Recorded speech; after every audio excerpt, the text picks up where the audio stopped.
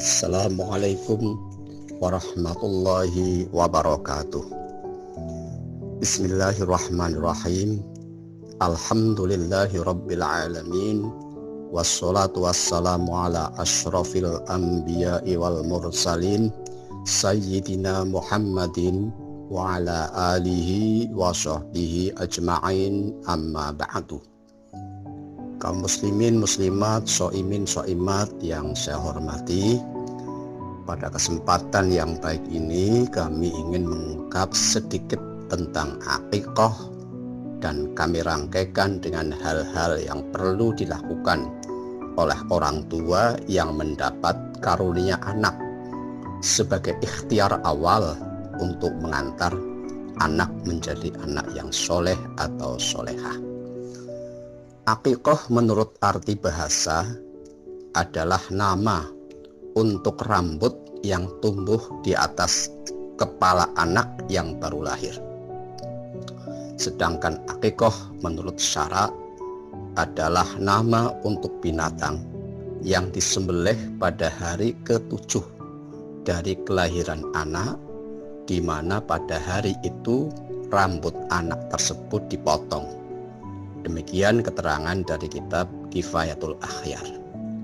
Sabda Nabi Muhammad sallallahu alaihi wasallam, "Al-ghulamu murtahanun bi aqiqatihi, tuzbahu anhu fil yaumis sabi'i wa yukhlaqu ra'suhu wa yusamma."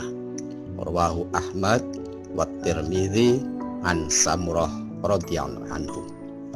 Anak itu tergade dengan akikahnya, yaitu binatang yang disembelih pada hari ke-7, dan rambut anak dipotong dan diberi nama. Hadis riwayat Ahmad At-Tirmidzi dari Samurah radhiyallahu anhu. Tentang sabda Nabi bahwa anak itu tergade dengan akikahnya, Dr. Mustafadi Bulbiho memberikan pengertian bahwa apabila anak tidak diakikahkan, maka anak itu tidak dapat memberi syafaat atau pertolongan kepada orang tuanya pada hari kiamat. Namun demikian, ada juga yang memberikan penafsiran bahwa anak itu tergade dengan kotoran yang ada pada rambutnya. Oleh sebab itu, sabda Nabi Muhammad sallallahu alaihi wasallam, "Ma'al hulami aqiqatun fa ahriqu anhu daman wa amitu anhul adha." Rawahul Bukhari ngan Salman ibni Amir Ad-Dobi radhiyallahu anhu.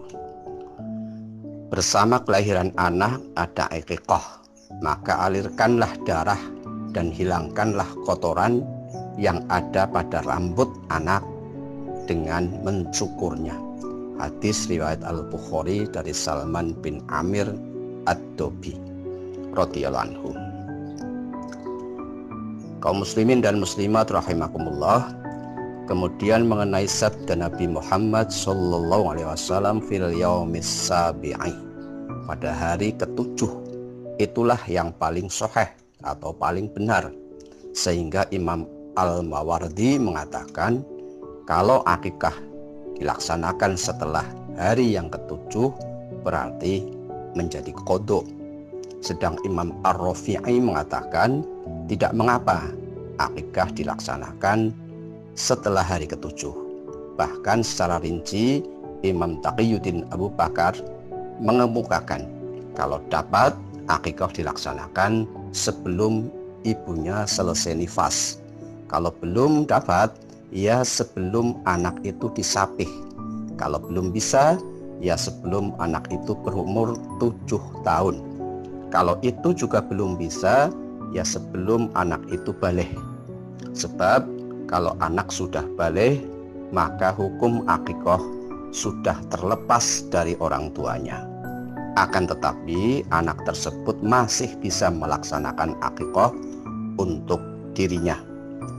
Agak mirip dengan pendapat Abu Bakar bin Muhammad Al-Husaini adalah pendapat Said Sabiq dalam Fiqh Sunnah, di mana beliau mengatakan Kalau tidak memungkinkan akikoh pada hari ke-7, ya hari ke-14 atau hari ke-21.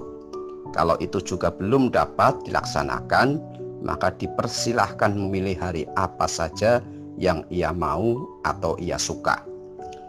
Demikian pentingnya akikoh, sehingga Imam Abu Dawud dan para pengikutnya serta Imam Al-Lais memandang bahwa akikoh hukumnya wajib. Dasar mereka antara lain hadis dari Aisyah radhiyallahu anha yang mengatakan, anna Rasulullah sallallahu alaihi wasallam amarahum ayyuqqa 'alil ghulami syatani wa 'alil jariyati syatun, rawahu Tirmidzi wa shahhahahu. Bahwa Rasulullah sallallahu alaihi wasallam telah menyuruh para sahabat untuk akikah dari anak laki-laki 2 ekor kambing dan dari anak perempuan 1 ekor kambing. Hadis riwayat At-Tirmidzi.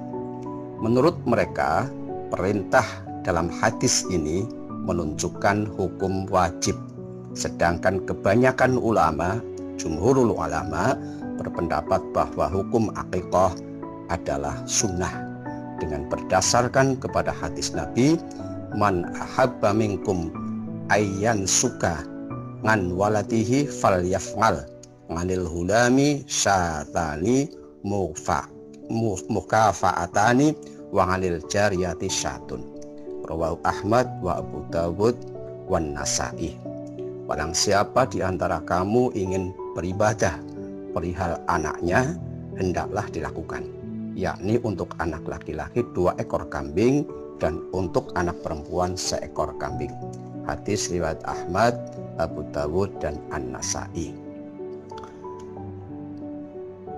Para pendengar hadirin, para pendengar yang kami hormati, kaum muslimin dan muslimat, di samping hadis ini mengungkapkan hukum sunnah, juga menyatakan bahwa yang utama adalah untuk kelahiran anak laki-laki disembelihkan 2 ekor kambing, sedang untuk anak perempuan 1 ekor kambing. Akan tetapi boleh saja untuk anak laki-laki disembelihkan 1 ekor kambing. Hal ini didasarkan pernyataan Ibnu Abbas radhiyallahu anhuma, annan nabiyya sallallahu alaihi wasallam aqqa 'anil Hasan wal Husain kabshan, rawahu Abu Dawud. Bahwa Nabi sallallahu alaihi wasallam melaksanakan akikah untuk Hasan dan Husain, cucu beliau, masing-masing dengan 1 ekor kambing. Hadis riwayat Abu Dawud. Kaum muslimin dan muslimat rahimakumullah, bahwa Dr. Wahbah As-Suhaili dalam Fiqhul Islami wa Adillatuhu menyatakan, falau dzabaha badanatan au baqaratan ngansab ngati auladin jaza. Seandainya disembelih 1 ekor unta atau sapi untuk 7 anak, maka diperbolehkan. Jadi tidak harus kambing, unta atau sapi untuk 7 anak boleh, seperti korban. An-Nawawi dalam Al-Majmu' juga mengatakan, walau dzabaha baqaratan au badanatan ngansab ngati auladin awis taroka fiha jama'atun jaza sawaun aradu kulluhum al-haqiqata au arada ba'duhum al-haqiqata wa ba'duhum al-lahma kama sabaqa fil udhiyah. Kitab Al-Majmu' juz 8 halaman 249. Seandainya disembelih 1 ekor sapi atau unta untuk 7 anak atau mereka berserikat di dalamnya, maka diperbolehkan, baik semuanya untuk kepentingan akikah atau sebagian untuk akikah dan sebagian lagi untuk dimakan dagingnya. Sebaiknya tulang-tulang binatang yang untuk akikah tidak dipotong-potong sebagai pengharapan tafaulan, pengharapan baik terhadap keselamatan anggota badan anak. Kemudian setelah dimasak, daging binatang akikah dibagikan kepada fakir miskin dengan harapan anak tersebut mendapat keberkahan dari sedekah itu. Kalau kepada orang yang kaya berarti hadiah. Di samping akikah, hal-hal yang baik dan perlu dilakukan oleh orang tua yang dikaruniai anak adalah pertama, menyuapinya dengan sesuatu yang manis, karena Rasulullah SAW pernah menyuapi anak yang baru lahir dengan kurma. Yang kedua, mengumandangkan kalimat azan di telinga kanan dan iqamah di telinga kiri, agar supaya pertama kali kalimat yang masuk ke telinga anak adalah asma Allah. Dalam hal ini Ar-Rafi, salah seorang sahabat Nabi Muhammad SAW, berkata, Ra'aitun Nabiyya sallallahu alaihi wasallam azana fi udhunil Husain ibn Aliyin hina waladathu Fatimatu bis sholati radhiyallahu anhum. Rawahu Abu Dawud wa Tirmidzi. Aku pernah melihat Nabi Muhammad sallallahu alaihi wasallam mengumandangkan azan sholat di telinga Husain bin Ali ketika Fatimah baru melahirkannya. Hadis riwayat Abu Dawud dan At-Tirmidzi. Demikian juga ada keterangan yang diriwayatkan oleh Ibnu Sina dari Husain bin Ali bahwa Nabi Muhammad SAW pernah bersabda, "Man wulida lahu mauludun fa'azzana fi udhunihil yumna wa aqama fi udhunihil yusra lam tadurruhu ummus sibyan." Barang siapa yang dikaruniai anak, kemudian ia azan di telinga kanannya dan iqamah di telinga kirinya, maka penyakit jiwa tidak akan membahayakannya. Ada yang mengatakan Ummu Sibyan itu adalah jin yang suka menggoda anak-anak. Jadi tidak tergoda oleh jin dengan diazani dan diiqamai. Kaum muslimin muslimat rahimakumullah, ketika mencukur rambutnya dan memberikan sedekah emas atau perak seberat timbangan rambutnya. Dari Ali bin Abi Thalib radhiyallahu anhu berkata, "Man Rasulillah sallallahu alaihi wasallam manil Husaini bisatin." Ngako Rasulullah sallallahu alaihi wasallam manil Husaini bisatin wa qala ya Fatimatu ikhlaqi ra'sahu wa tasaddaqi bi zinati sya'rihi. Fa wazzanahu fa kana waznuhu dirhaman. Rawahul Hakim. Rasulullah SAW pernah menyembelih satu ekor kambing untuk akikah Husain. Kemudian beliau bersabda, "Wahai Fatimah, potonglah rambutnya dan sedekahkanlah seberat rambutnya." Kemudian kami timbang dan ternyata ada 1 dirham, ya, 1 uang perak. Hadis riwayat Al-Hakim. Yang keempat, memberi nama yang baik. Sabda Nabi Muhammad sallallahu alaihi wasallam, "Innakum tud'auna yaumal qiyamati bi asma'ikum fa ahsinu asma'akum." Rawahu Abu Dawud an Abi Darda radhiyallahu anhu. Sesungguhnya kamu akan dipanggil pada hari kiamat dengan menyebut nama kamu dan nama bapakmu. Oleh sebab itu perbaikilah namamu itu. Hadis riwayat Abu Dawud dari Abi Darda radhiyallahu anhu.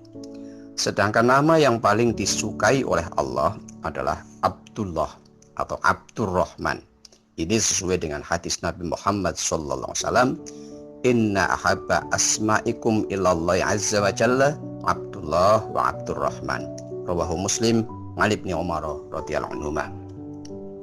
Sesungguhnya nama kamu yang paling disukai Allah, nama kamu yang paling disukai Allah adalah Abdullah dan Abdurrahman. Demikian kaum muslimin dan muslimat rahimahullah, shaimin dan shaimat, apa yang dapat saya sampaikan pada kesempatan ini mudah-mudahan ada manfaatnya. Wallahul muwaffiq ila aqwamit thoriq. Wassalamualaikum warahmatullahi wabarakatuh.